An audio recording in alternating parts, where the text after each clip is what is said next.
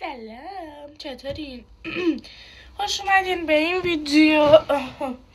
همین الان رسیدم خونه. حد بزنید چی گرفتم. بله دوباره از اینا گرفتم.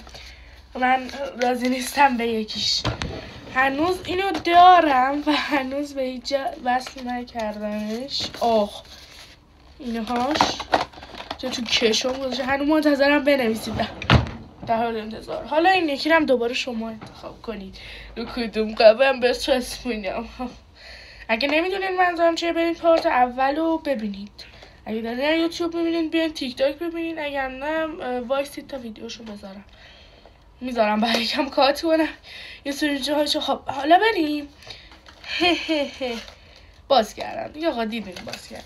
اینو باز کردم.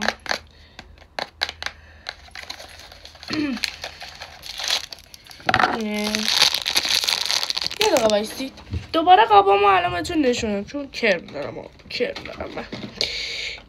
بازم میگم انتخاب کنید. قاب فعلی هم که دیدین دیگه. دیشب گذاشتم دیدین.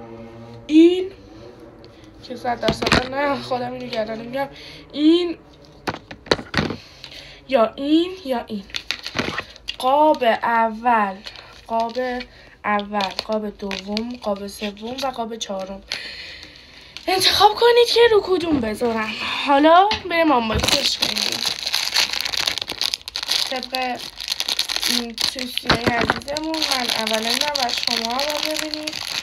راستی بولشت شد اینا هم طرحشه.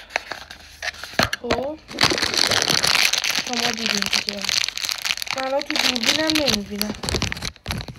این کدوم؟ گویلی چقدر خره. وایسا ببینم کدومه. اینه.